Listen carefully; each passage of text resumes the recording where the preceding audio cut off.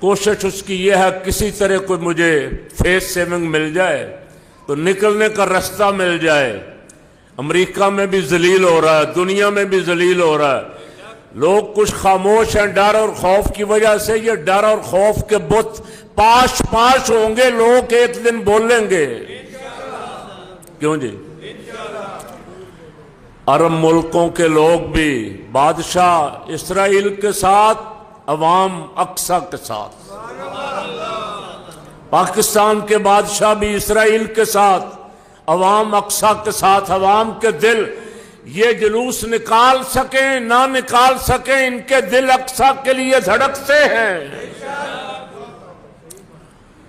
اور انشاءاللہ معراج والے آقا کا صدقہ ایک مسجد اقصی وہ عظیم مسجد ہے جس مسجد میں 1,24,000 نبیوں نے حضور کے پیچھے نماز پڑھی. یہ اعزاز کسے مل سکتا ہے؟ یہ بہت بڑا اعزاز جو اللہ نے معراج کی رات مسجد اقصی کو عطا فرمایا, اور قرآن میں اس کا ذکر فرمایا. سبحان الذی اسری بعبدہ لیلا من المسجد الحرام الی المسجد الاقصی. وہ مسجد انشاءاللہ زندہ سلامت رہے گی. اگر کافر اور یہود و نصارہ مل کے وقتی طور پہ اسے نقصان بھی پہنچائیں گے تو وہاں اس مسجد والی جگہ پہ صبح قیامت تک انوار و تجلیات کی بارش ہوتی رہے گی. بابا چھوٹی سی مسجد ہے, امام الانبیاء نے جماعت کروائی. جماعت بھی نبیوں کو کروائی, رسولوں کو کروائی, جس میں آدم بھی پیچھے کھڑے تھے, خلیل اللہ بھی پیچھے کھڑے تھے, موسیٰ روح اللہ بھی پیچھے کھڑے تھے, عیسیٰ روح اللہ بھی پیچھے کھڑے تھے, موسیٰ کلیم اللہ بھی پیچھے کھڑے تھے. 1,24,000 جتنے سچے نبی آئے سب ہاتھ باندھے کھڑے تھے.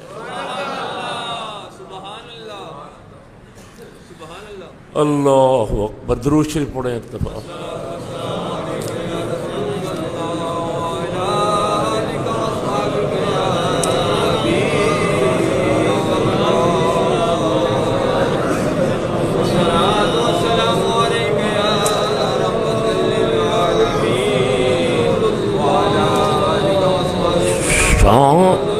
شان نبیوں کے بے شک بڑے ہیں,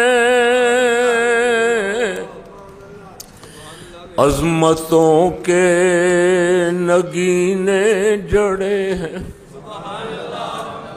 عظمتوں کے نگینے, ایک جہاں جہاں دیکھیں ایک نگینے سے نگینے. شان نبیوں کے بے شک بڑے ہیں,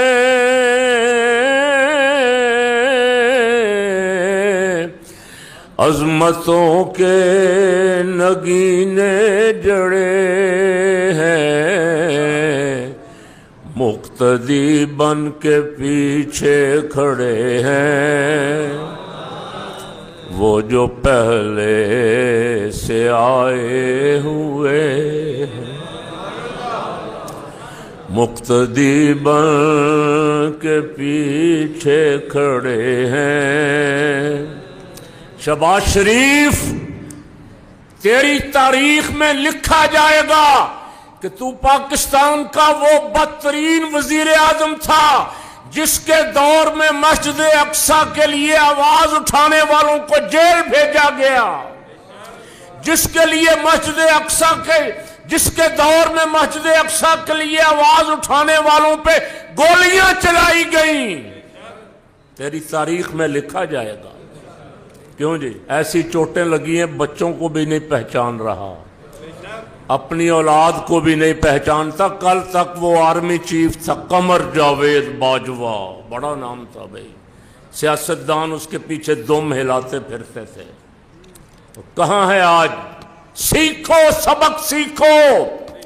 حالات سے سیکھنے والا عقل مند ہوتا ہے. اللہ کریم بار بار فرما رہا فَاعْتَبِرُوا يَا أُولِي الْأَبْصَارِ, عبرت حاصل کرو. قرآن کے واقعات پڑھو، فرعونوں کا کیا حشر ہوا، نمرود کا کیا حشر ہوا، شداد کا کیا، قرآن پڑھو، سارا قرآن بھرا ہوا ہے۔ سادہ لو مقتدی کہتا ہے مولوی صاحب یہ گلاں نہ سناؤ، قرآن نہ سناؤ، سانو بس سبحان ربی العظیم پڑھاؤ دے رہو، سبحان ربی الاعلیٰ، ایک گلاں نہ سناؤ۔ میں کہا بھائی قرآن بیان کر رہا ہے، فرعونوں کا انجام قرآن نے بیان کیا، کیوں جی؟ قارون کا انجام قرآن نے فَخَسَفْنَا بِهِ وَبِدَارِهِ الْأَرْضِ، بڑا مال دیا اللہ نے، اس کے خزانوں کی چابیاں کنجیاں اٹھا کے سینکڑوں کی تعداد میں اونٹ پھرتے تھے۔